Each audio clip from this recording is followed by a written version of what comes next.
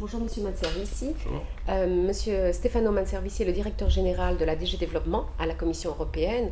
Donc vous aurez tous compris une organisation clé pour nos auditeurs ACP qui sont intéressés dans les questions de développement, pas seulement d'ailleurs développement agricole. Tout d'abord, permettez-moi de vous remercier dans votre agenda qui est vraiment, on l'imagine, très occupé, de nous avoir accordé quelques minutes d'entretien, et spécifiquement dans le contexte des Journées européennes de développement, qui vont bientôt se tenir à Stockholm du 22 au 24 octobre prochain. Et nous souhaiterions en savoir un petit peu plus, en fait, sur les objectifs, le public, les thèmes. Les Journées européennes de développement sont nées en 2006 sur la base d'une idée simple, d'une constatation simple, c'est-à-dire de montrer ce qui était la vision et l'approche européenne en matière de développement. Dans différentes parties du monde, je pense aux Journées de la Banque mondiale, par exemple, il existe un moment où on réfléchit sur le développement. Mais il n'y avait pas un endroit et un point de vue où on pouvait exprimer le point de vue européen. Et cela, notamment, parce qu'après tout, l'Union européenne est le plus grand donateur au monde. Et donc, elle est non seulement un acteur financier, mais surtout un acteur qui projette ses valeurs de tolérance, de paix, de développement, de solidarité. Donc c'était important d'avoir un moment où on présentait ce point de vue. Et ce point de vue, ce n'était pas à présenter de manière unilatérale, c'était à discuter avec les partenaires en développement. Donc ça, c'était l'idée, un point de vue européen avec les partenaires en développement. Je crois que cela a pris de manière progressive une importance très grande à partir de la première édition en 2006 à Bruxelles. Et là maintenant est devenu un rendez-vous pratiquement fondamental dans le débat sur le développement et avec les pays en développement. Cette année sera à Stockholm, du 22 au 24 octobre, et il va traiter de trois thèmes. Le plus brûlant est celui du changement climatique. C'est quelques semaines avant les négociations de Copenhague, et on va discuter sur les défis qui nous sont communs. Nous sommes tous unis par ce défi qui concerne le changement climatique. Deuxième, c'est la démocratie et les droits de l'homme et la bonne gouvernance.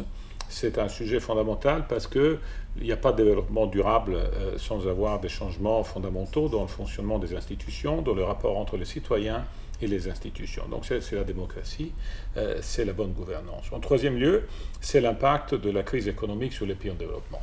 Les pays en développement n'étaient pas à l'origine de cette crise, mais sont ceux qui sont frappés le plus fort.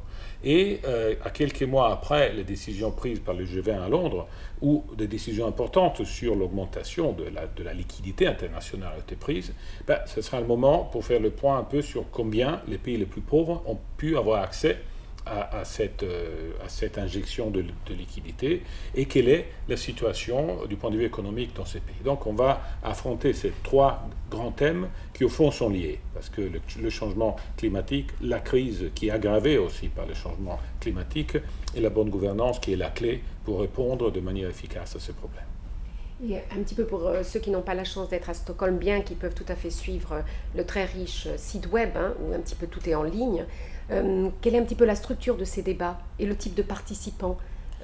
Mais la structure s'organise autour de trois pôles essentiellement. Le premier, c'est des sessions plénières dans lesquelles disons, les personnages politiques ou opinion makers les plus importants vont prendre la parole et parler surtout autour de ces trois grands thèmes. Il s'agira du président Barroso, du Premier ministre Reinfeldt, du directeur général du Fonds monétaire international Dominique Strauss-Kahn, George Soros, opinion leader de la finance, et d'autres, le Premier ministre du Zimbabwe Morgan Tsvangirai, et ainsi d'autres. Ça, ils vont traiter des sujets de manière très globale. Le deuxième pôle est organisé autour de tables rondes, toujours au niveau au minimum ministériel, et avec des grands représentants, là aussi, de la société civile, des journaux, des institutions internationales et nationales. Et ils vont se concentrer autour de ces trois thèmes. Et je voudrais rappeler, par exemple, des tables rondes sur la portée et l'utilité de l'aide publique au développement. C'est un sujet très brûlant. On parle du nouveau paradigme de l'aide publique au développement, de l'architecture européenne de l'aide. On parlera de médias et développement. On parlera du rôle de l'agriculture dans la réponse à la crise. Je crois que c'est un sujet fondamental pour le CTA qui contribue de manière très active avec sa participation. Et on va parler de l'impact de la crise en termes, je dirais, plutôt sur les les efforts que les pays en développement sont en train de faire pour atteindre les MDG. Donc ça, c'est le deuxième pôle. Et le troisième pôle est autour de un marketplace, le village du développement, où c'est un espace dans lequel plusieurs participants de la société civile, des universités, des think tanks, organisent leur propre offre, leur propre point de vue de manière interactive, de manière à créer un débat permanent, un espace pour le débat, pour la discussion, pour la critique, pour l'échange d'informations, peut-être de quelques projets, pour permettre de disons, lier ensemble toutes ces dimensions de débat en termes aussi le plus opérationnel possible. Donc ça, ce sont les trois niveaux, disons. On attend une participation d'environ 5000 personnes, c'est déjà une progression, chaque année ça augmente, avec des centaines d'opinion makers et de participants actifs, et plusieurs milliers évidemment de personnes qui viennent écouter et éventuellement prendre la parole. Tout cela est transmis en streaming, la plus grande partie de ce débat, et le site web va évidemment être le lien avec le grand public. Donc nous espérons que cela puisse produire un impact, et puisse produire un moment de réflexion qui puisse encore plus, je dirais, rapprocher le citoyen de débats sur le développement. Du point de vue européen, le développement n'est pas de la charité, n'est pas le fait d'avoir un sentiment par rapport à d'autres qui sont très loin et qui sont pauvres. Le développement concerne nous-mêmes, concerne notre futur. Et nous disons toujours que tout argent qui est dépensé pour le développement, c'est un investissement dans notre futur. Et la meilleure manière pour le faire, c'est de parler, de s'asseoir avec les pays en développement. On ne fait pas quelque chose pour eux, on fait quelque chose avec eux. Et ça, c'est l'approche européenne au développement. Merci beaucoup, M. Manservisi. Merci.